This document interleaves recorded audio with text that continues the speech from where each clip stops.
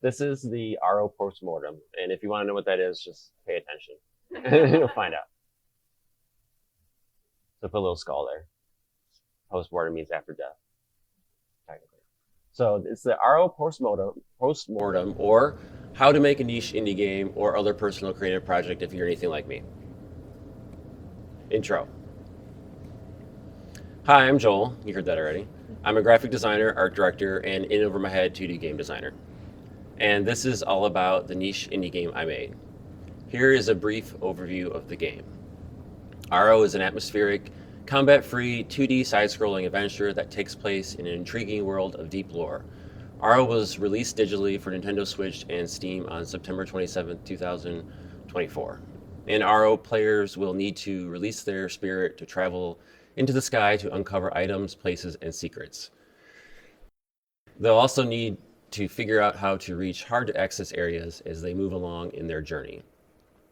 The story of the game begins when Ahro starts experiencing frequent and distressing breakdowns. After finding only mild relief from herbal medicine, he sets out in search of a legendary miracle cure. As events unfold, the mysteries will both deepen and come into focus. So these are some sketches that are actually in the game. And for those of you who haven't seen it, let's watch the trailer.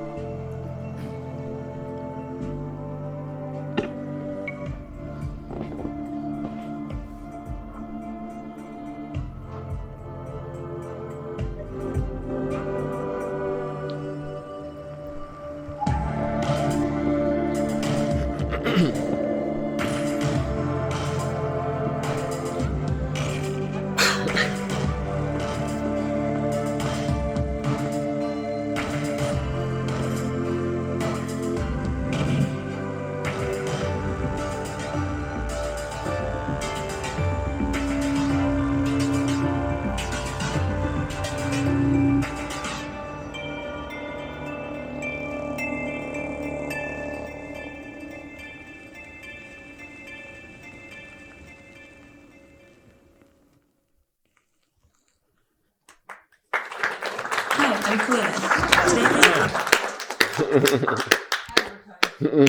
Upwork. Okay, hopefully that gives you a good overview.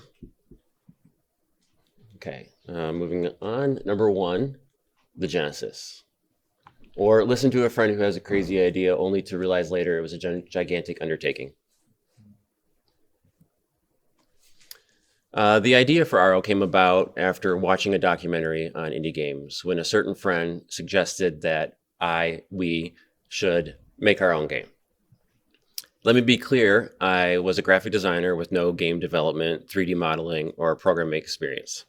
So it's a good thing I didn't realize just how hard it would be, or I would have never started. Throughout this presentation, I highlight some generally true and valuable ideas that help me. I'm calling these axioms. So this is the first one, axiom. Start off your project big and unrealistic, and then increasingly get more realistic as you go. At first, visually, the idea was to create a 2.5D game by using mostly 2D assets with some 3D. Not long after starting, it became apparent it was going to be complicated enough just to figure out how to get the most basic game functions working, and the 3D elements were dropped. What remained was a very geometric, stylized graphic design-like art style, perfectly suited for my skill set. So the black and white drawings here are for a shrine that were originally going to be originally going to be 3D, but like I said, that was dropped. But still definitely a helpful exercise. The color sketch was a basic level structure layout that included 3D elements, basically just that one building. Even though the 3D was never used, the sketch was helpful in conceptualizing the 2D parallaxing technique that would eventually be implemented.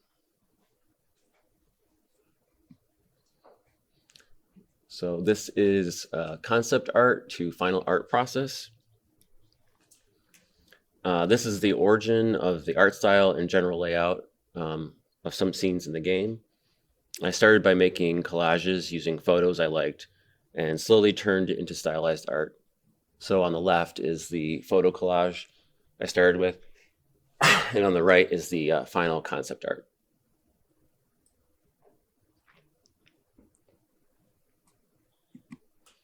And this is the final in-game art. So you can see the progression.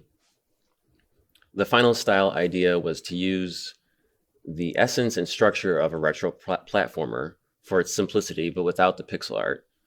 So the art style I settled on uses repeating patterns to obscure simple shapes, recreating in a way the excellent job pixel art does at essentially obscuring how basic the level structure and object shapes are.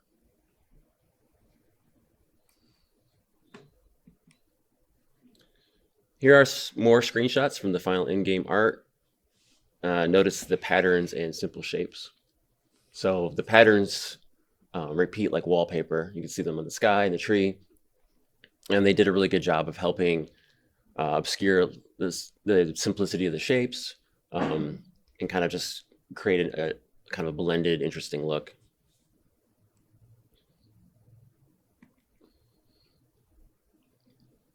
So that's in the center there. That's your spirit that you can release when you're playing and fly. So you can walk and you can fly.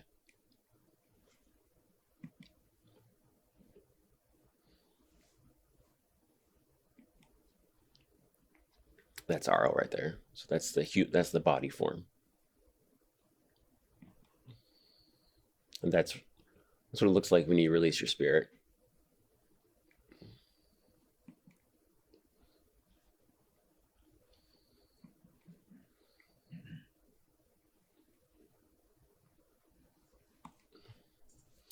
Okay, here are some storyboards for the overall story.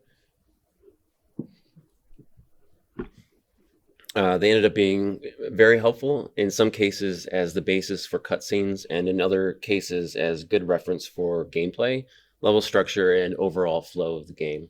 So I did this really early on, and it was really kind of an anchor for the whole process of the story and the flow of the game. So I kept coming back to them. Some of the sketched art here actually made its way into the game too in a little slightly more refined version. Number 2, master of none, or use your limitations as a strength. So I don't really like learning technical stuff. I'm not someone who really enjoys tutorials or learning new software or mastering technical things. So for me, forcing myself to learn new software or do a bunch of tutorials before starting to make a game was very unlikely. So for Ahro, I worked within my limitations. I find that sometimes it's okay or even helpful to know only a little bit about something. Of course, the secret is you eventually do learn more out of necessity as you move forward. Axiom. Constraints and limitations can be the catalyst for creative ideas. Plus, it saves you from waiting to act until you get good. And that's Ahro. Getting good. Gotten good. Okay, next, number 3, make it personal. Or how to make the thing you want to make. Gameplay. I knew early on I wanted there to be variety in the gameplay, and I have always loved flying in games. So I married that interest with the themes of spirituality that I also wanted to incorporate, and that's where the gameplay mechanics of releasing your spirit to fly came from. Additionally, I wanted the players to spend time in an environment observing and thinking about the things they encountered. In other words, very limited amounts of action. This worked well for me considering implementing action would be hard for my limited skill set. Other aspects of the gameplay came from the theme of anxiety and me turning that experience into gameplay. Story. Inspiration for the story also came from my personal experience with anxiety. But when it came to deciding on a setting, I placed it inside the world I had been creating off and on for years prior to starting this project. I also drew on my experience living in Japan, plus my general interest in world culture. Music. The music, like many other instances in my experience making this game, was largely crafted for my limitations. The music was a combination of things: old samples of music I created over the years, free online music samples, and a musician friend providing some original samples. I know just enough about making music that I was able to put together a mostly ambient focused soundtrack. And I have one track we can listen to. Don't fall asleep. Whoops. It's very soothing, I think, or mysterious. I don't know, depending on your perspective.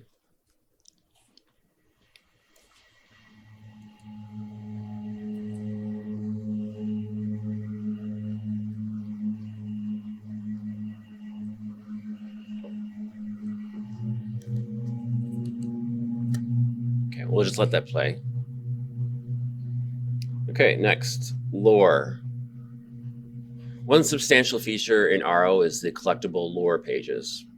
In each level, there are 3 such pages, 15 in total, to complete the lore book.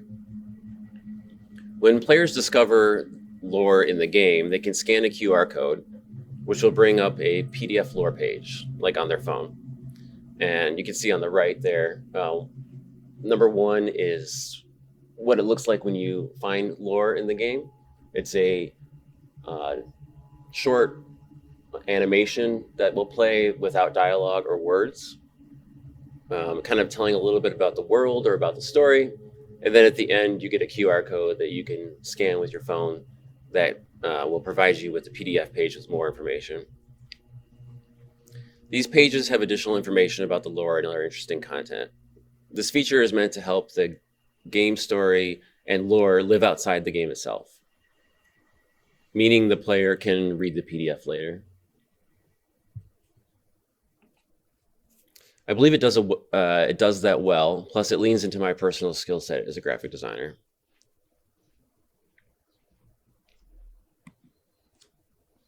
So these are the lore book some lore book pages. This is what you get when you scan the QR code. You can see they contain a screenshot of the in-game animation associated with the lore, which is like, right here. Wiki style lore information, so it's just kind of some relevant information either for the animation that you would have seen in the game, and then additional information, relevant illustrations, maps, diagrams, and hints about the game. And there are more secrets as well. So if any of you play the game and do scan one of these, I encourage you to try to investigate the strange symbols, because they're secrets. Okay. Number 4, the path less taken. Or just make money even if your work isn't creatively fulfilling, and make your own thing on the side. Axiom: don't quit your day job. Or do quit it, but only if you have the savings and are fine with eating instant ramen, off-brand cereals, and can appreciate the amber glow of a check engine light. All true for me. For some people, making something deeply and personally fulfilling is also how they make money, which is great, of course. For the rest of us, we can do both separately. However, it's important to know this method is slow and requires more patience. And this is my favorite axiom: have the patience and commitment of a psychopath. It's definitely one thing I learned is patience. I pretty much was always waiting for something. I was waiting to hear back an email from somebody, or I was waiting to get a response from a programmer I was working with. So patience was key. Number 5, be lucky or get laid off from your job in the middle of a pandemic and take advantage of it. I figured out where the darkness came from. Change happens. In May 2020, I lost my job due to the pandemic. At first, I just looked for other jobs until I realized this was an opportunity. I then decided to go full force into making this game a reality. While not being the most lucrative decision, it was the right one. For me, in many ways, the pandemic was a blessing in disguise.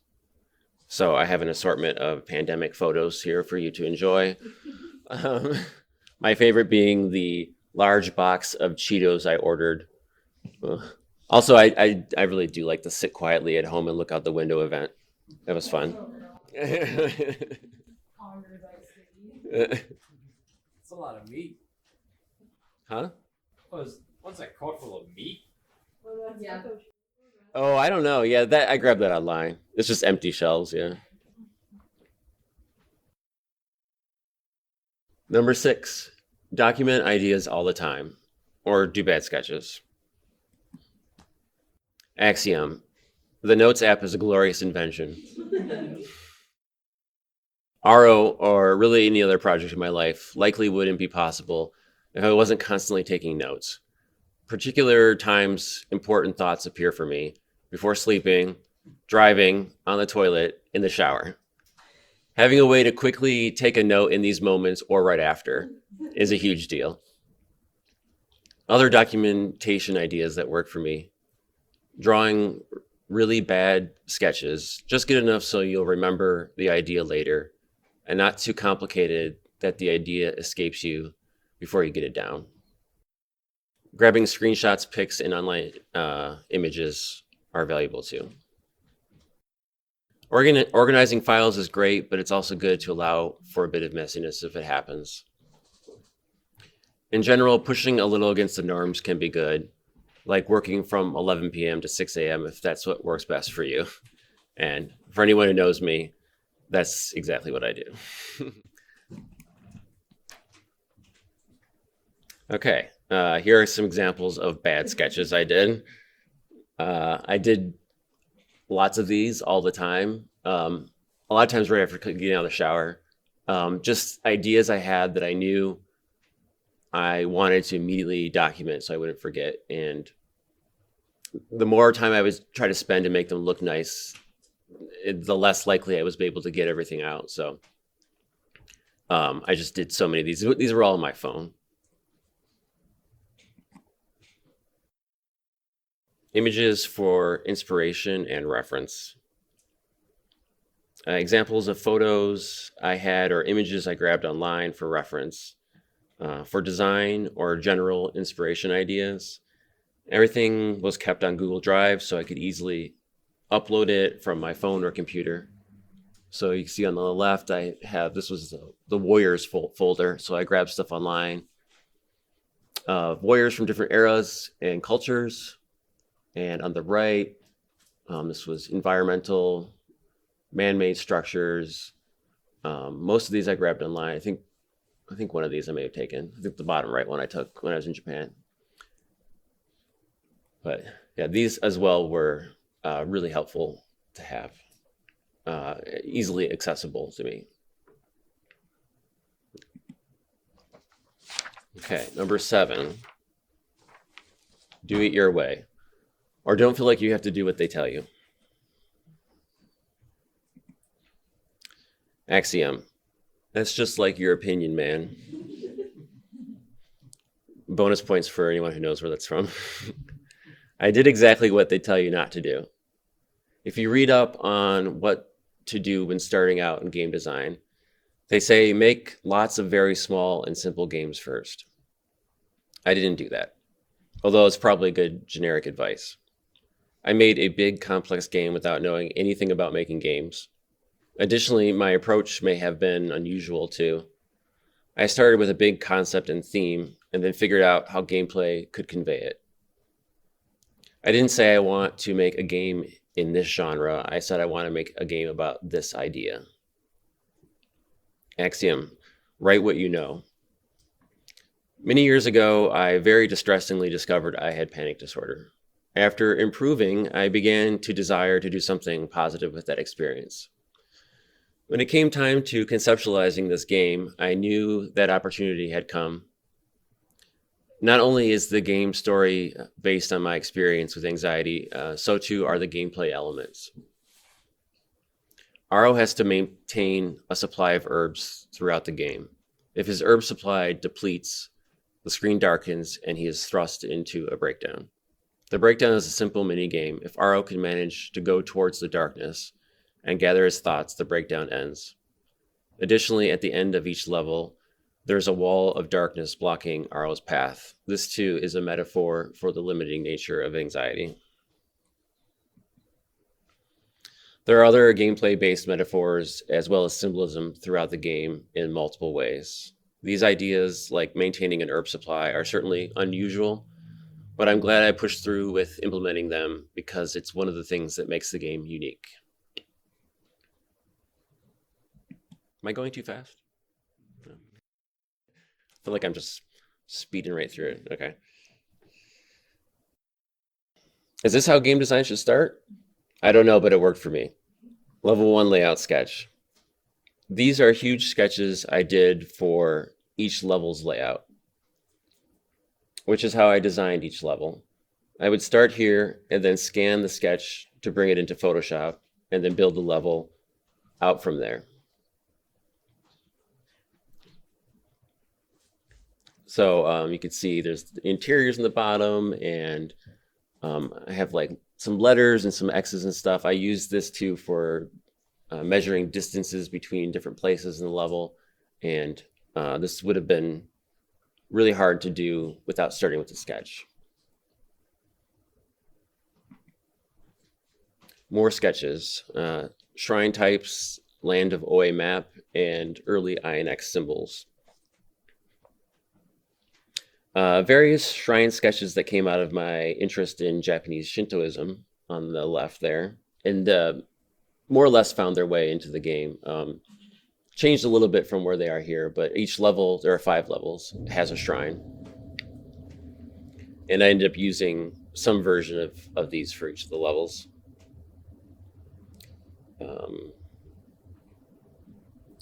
The second 2 sketches, the map and the symbols, came from the fictional world I had been creating just for fun years prior that I mentioned earlier. It turned out to be a really helpful starting point and reference for creating the lore and story. The personal library I had of design elements, ideas, and resources to draw from was hugely helpful.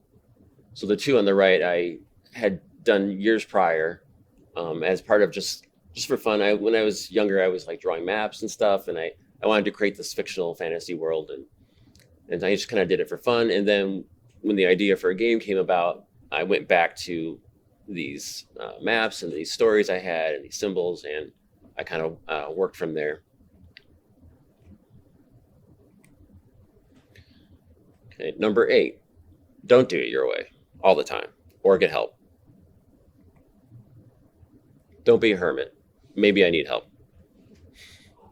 After being laid off and deciding to go all in on the project, I realized pretty soon I would need a publisher if I wanted to release the game on console like Nintendo Switch.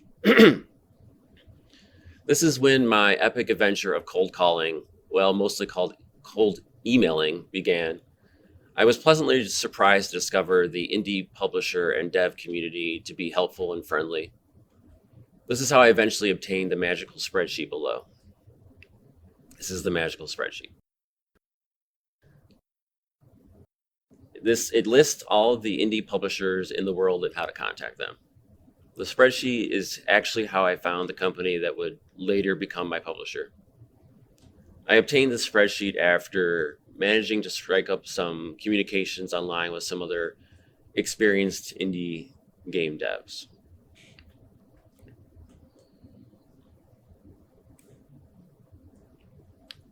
Finding a publisher. Releasing the game in the most literal sense isn't actually all that hard. Steam, the games platform for Mac PC, for example, will allow anyone to release just about anything as long as it's not breaking the law. But releasing a game in a more serious way, where it generates some interest and is able to sell more than a couple copies, is much harder. Early on, I realized finding a publisher would be key for me making this game a reality. Publishers aren't strictly necessary, and some game creators don't want them, mainly because they take a cut of sales. But I knew for my situation it would be very beneficial. I knew it would be hard for me alone to raise much awareness for my game in the sea of thousands upon thousands of indie games releasing all the time. Plus, I really wanted the game to be available on console like Nintendo Switch or PlayStation, and not just Mac and PC. As I had discovered, having a publisher makes that much easier. So after a year's worth of searching, emailing, and video calling, I finally found the right publisher, Nakana.io in Poland. The publisher is focused on alternative games and had a catalog of previous work that meshed well with Ahro. I've heard it said that finding a publisher is kind of like dating, and honestly, it's actually kind of true. You test the water slowly and see if you mesh well. So that's the Nakana logo in the bottom corner. So this is the final team. Left to right is Mika. He's the Nakana.io publisher. He is everything. He wears all the hats. The company's entirely him. He was super great to work with. He's actually a French guy. He lives in Poland. Next is Kevin, my brother, the lead programmer. If you ever do a big project like this, I encourage you to get a family member because it's hard for them to leave. And then finally on the right is Anjay, the porting programmer, who I don't have a good photo of. And all I could find was his LinkedIn, and I kind of figured maybe he wouldn't want me to use that. So I used this, and I put a little Polish flag in front. Part of the reason why I ended up staying up late, part of the reason is it's just natural for me. But the other part is I would work with them in Poland, and their noon is our 5 or 6 a.m. So a lot of times I would start talking to Mika at like 1 a.m. and then we wouldn't stop talking until 5 a.m. or 6 a.m. And I did that for many months. And so I'm actually still on that schedule, which is not, it's fine if you don't have anywhere to be or any other activities planned that are normal. But otherwise it's not. Okay, next. Don't be a hermit. Finding value in attending events and conferences. This was more of an afterthought for me than it is for some people. But starting in January 2024, so a year ago, which is crazy because it seems like so much has happened, but I began to attend events and conventions. And it ended up being an extremely beneficial and exhausting decision. I showcased Ahro at 5 conventions in 2024, 3 before the game released and 2 after. And while it probably didn't translate into enough sales to pay off the costs associated with these events, it was certainly worth it in many other ways. I was able to make connections, get various tips from other game creators, see hundreds of players' reactions, hear feedback in real time, and lots more. So these logos down here are for all the events. The first one on the left is MagFest, which was in Washington, D.C., which was an amazing event. There were 24,000 people in attendance over 4 days. It was the most impressive convention I've ever been to. I had a lot of fun, and I got hopelessly sick afterward. Actually, I've gotten sick from the majority of these. I would get sick after from, so that's great. Not COVID though, surprisingly. Conflict. Huh? Conflict. That's what you got. Conplay? Yeah. Yes. Every convention, people get sick. Yeah. Oh yeah. It's like a disease. It's worse with gaming conventions because gamers are notoriously unsanitary. You said it, not me. Yeah. Yes, for sure. So all these were outside of Michigan, except for the one on the right. As far as I'm aware, that's the only game show, specific game show in Detroit. It's actually pretty cool though, so you guys should go next year. It's in Southfield. Okay, let's see. Honorable mentions at GDEX. Below is me covering the name on someone's trophy. But I did really win 2 honorable mention awards. They actually insisted I take a photo with it. I was like, oh, that's really cool. It's like glows. So the 2 awards I got were Best Release Game, honorable mention, and Best Ice Game, which is independent, student, or experimental. Honorable mention. More examples of me not being a hermit. On the left is MagFest in DC. That's the booth I set up 5 times.